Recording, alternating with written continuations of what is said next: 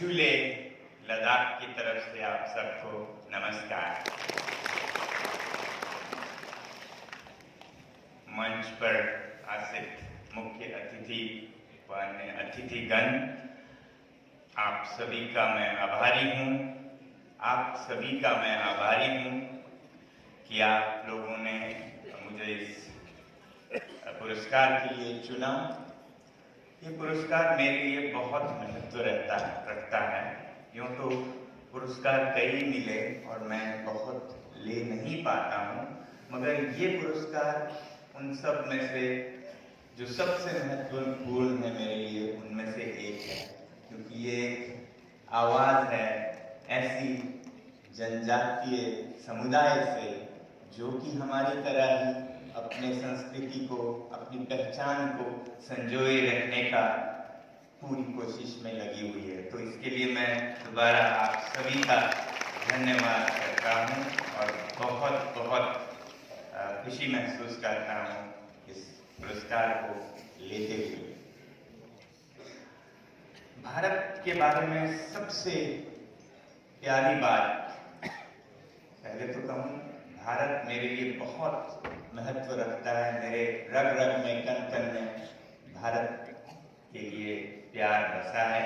और भारत में जो सबसे बड़ी बात मुझे लगती है वो है विविधता में एकता, यूनिटी इन डाइवर्सिटी। और यही विविधता है जो हम शायद दुनिया को दिखा सके।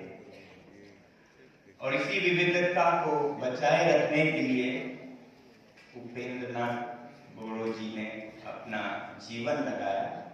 मैं उस समय इंजीनियरिंग की पढ़ाई कर रहा था और मैं सुनता रहता था, पढ़ता रहता था आपके आंदोलन के बारे में, और बहुत प्रभावित रहा हूँ।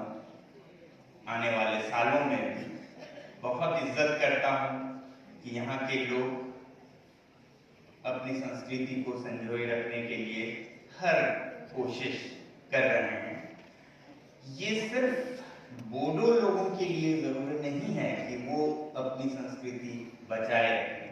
ये देश के लिए और विश्व के लिए जरूरी है कि भारत के हर प्रांत, हर जनजाति अपना जो विविधता है उसे बचाए रखे, तभी भारत भारत रहेगा। और आज जब हम भारत से दुनिया सीखे ऐसी उम्मीद करते हैं, भारत को हम विश्व गुरु बनाना चाहते हैं, तो वो विश्व गुरु दिल्ली, बंबई से दुनिया नहीं सीख सकती। वहां कुछ ऐसा अलग नहीं है कि जो दुनिया के पास नहीं है। दिल्ली, बंबई, कलकत्ता, चेन्नई, ये बड़े शहर तो एक नकल बन गए हैं, सेकेंड हैंड कॉपी जिसे कहेंगे, उनके लंदन और न्यूयॉर्क की। तो वो क्या सीखेंगे अपने ही नकल से। अगर सच में विश्व गुरु भारत को बना सकता है तो वो ये मौलिक परंपराएं, ये जनजातीय समुदाय जो कि लद्दाख के पहाड़ों में रहते हैं, बोडोलैंड और छत्तीसगढ़, मध्य प्रदेश के जंगलों में रहते हैं, वहां दुनिया को सीख मिल सकती है। वहां की जो पुरानी ज्ञान है उससे दुनिया सीख सकती है। वहां और यहाँ की जो सादगी भरा जीवन है, थोड़े में ही खुश रहना, आज दुनिया के लिए ये सबसे बड़ी सबक बन चुकी है। जैसा आप लोगों को मालूम है कि जो संस्कृति आज पूरे दुनिया को चला रही है, जो मैं कह रहा था दिल्ली और मुंबई जिसकी नकल करते हैं, वो 300 साल पहले की औद्योगिक क्रांति में आई हुई एक, अगर हम कहें संस्कृति या सभ्यता, तो वो है।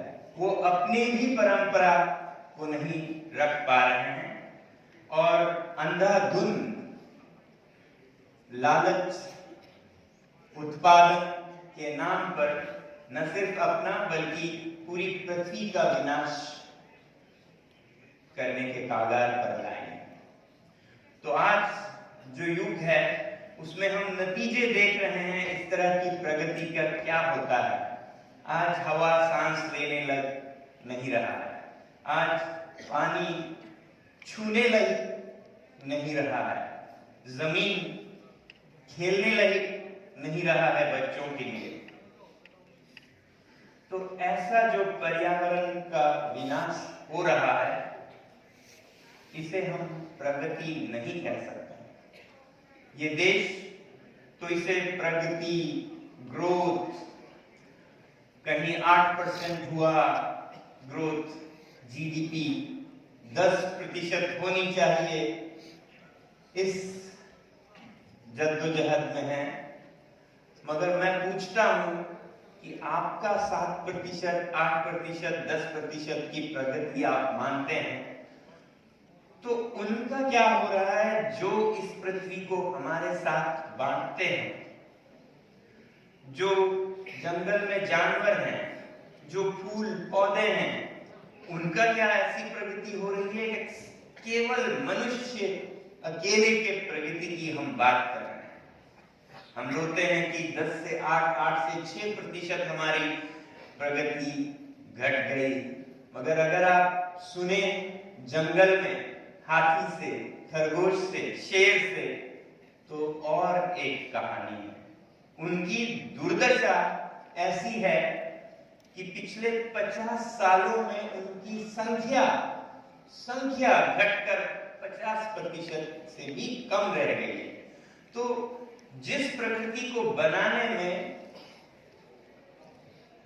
संसार को शुरू से अब तक लगा, उसे हमने 50 सालों में आधा कर दिया है। ये WWF के आंकड़े हैं। 55% के लगभग कम हो गए हैं जंगल के जानवर। तो उनके इस 55% का क्या, 45% रह गए हैं, उसका क्या हमारी इस 8% और 10% के क्या कहेंगे हम, रेस में। उसी तरह जो पौधे हैं, पत्ते हैं, जंगल है, वो भी 50% से कम रह गए हैं। ये कैसी प्रगति है जिसमें मानव, मैं कहूंगा मानव भी खुश नहीं है। पहले शायद कमी से मरते थे लोग, वो भी अच्छी बात नहीं थी। अब ज्यादती से मर रहे हैं। अब खाना ज्यादा है, वो नहीं संभाल पा रहे हैं। उत्पादन ज्यादा है, वो नहीं संभाल पा रहे हैं। आज लोग मर रहे हैं तो भूखमरी से नहीं, ज्यादती से, ज्यादा खाने से, ज्यादा उत्पादन से मर रहे हैं स्वास्थ्य की दृष्टि से। और दूसरी तरफ अगर पृथ्वी के स्वास्थ्य को देखें तो बहुत चौंका देने वाली लगती है। आने वाले सालों में हमें बहुत बहुत बड़ी चुनौतियों का सामना करना पड़ेगा, जो कि प्राकृतिक चुनौतियां होंगी, जो कि अब तक के सारे युद्धों में से, विश्व युद्धों से भी बड़ी होगी। वैसे तो आज भी विश्व युद्ध के स्तर पर विनाश हो रहा है। केवल मनुष्य को देखें भी तो, अगर हम थोड़ी देर के लिए पशु, पक्षी, फूल पौधों को छोड़ भी दें, तो मनुष्य भी बहुत संख्या में मर रहे हैं। मैं अध्ययन कर रहा था, केवल वायु के प्रदूषण, एयर पोल्यूशन से लगभग 70 लाख के करीब मर रहे हैं लोग साल में।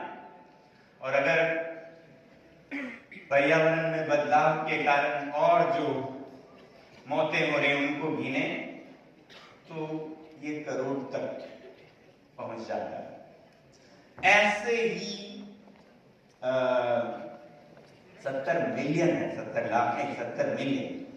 तो 100 मिलियन लोग आज 10 करोड़ के लगभग तो इन्हीं चीजों से, पर्यावरण से संबंधित कारणों से हर साल मर रहे हैं।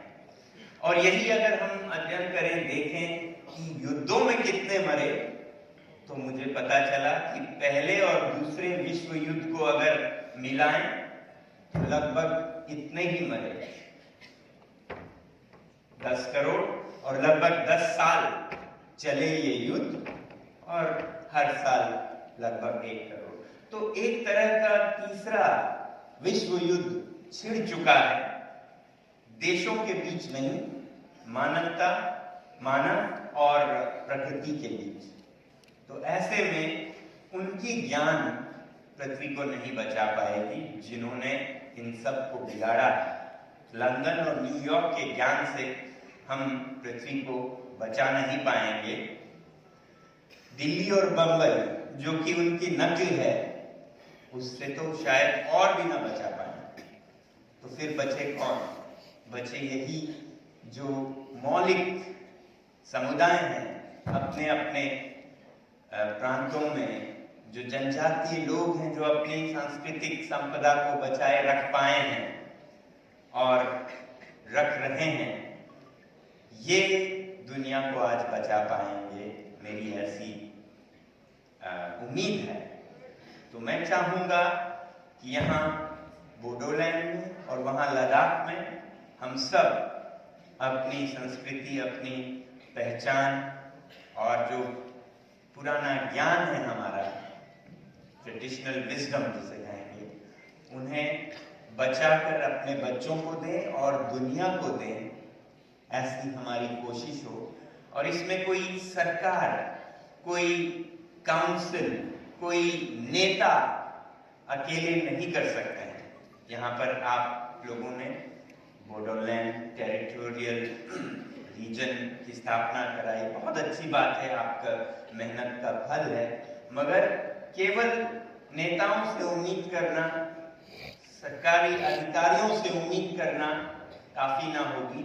हम में से हर एक को अपने स्तर पर, अपने परिवार में, अपने बच्चों तक इस संस्कृति की, इस सभ्यता की, इस पहचान की, इन ज्ञानों की आगे उन्हें सौंपने की जिम्मेदारी निभानी होगी। इसलिए मैं आप सभी से कहूंगा, हर एक व्यक्ति से कहूंगा यहाँ बोडोलैंड में, कि आप सबका कर्तव्य है कि इस सभ्यता को बचाए रखें। इससे पहले कि हम उनके साथ हो जाएं जिन्होंने पृथ्वी को नाश किया है, हम डटे रहें ताकि वो सबक सीखकर हमारे पास आएं और कहें कि हमें ये जीवन शैली, ये सादगी, ये ज्ञान चाहिए। मगर उसके लिए हमें खुद को बचाए संभाले रखना होगा, कल को दुनिया भर में इसकी जरूरत होने वाली है। तो यही मैं उम्मीद रखता हूं और इसके लिए हम में से हर एक को एक सिपाही बनना होगा अपनी संस्कृति का, मानवता का। तो इसलिए ये जो मानवता के सिपाही नाम से ये पुरस्कार दिया गया, वो मुझे बहुत अच्छा लगता है, क्योंकि एक तरह से हमें इसे बचाने के लिए एक सिपाही बनना पड़ेगा। और मैं आज अपने आप को एक सिपाही के रूप में देखता हूँ और बहुत बहुत खुशी महसूस करता हूँ कि मेरे साथ हजारों, लाखों, करोड़ों सिपाही हैं जो अपनी संस्कृति, सभ्यता, प्रकृति, देश और दुनिया को बचाए रखेंगे, अपने पीढ़ी को सौंपेंगे। मैं इसके साथ आप सभी का, आपके सारे संस्थाएं जो इस कोशिश में लगी हैं, सरकार यहाँ की, उनका और राज्य का, सबका मैं बहुत बहुत धन्यवाद करता हूँ कि आप सबने हमें इस काबिल समझा। और मैं चाहूँगा कि बोडोलैंड में जो युवा पीढ़ी है, जिनके ऊपर बहुत बड़ी जिम्मेदारी है, वैसे ही लद्दाख में जो युवा हैं, उनके ऊपर भी बहुत जिम्मेदारी है अगली पीढ़ी को ये सौंपने के लिए।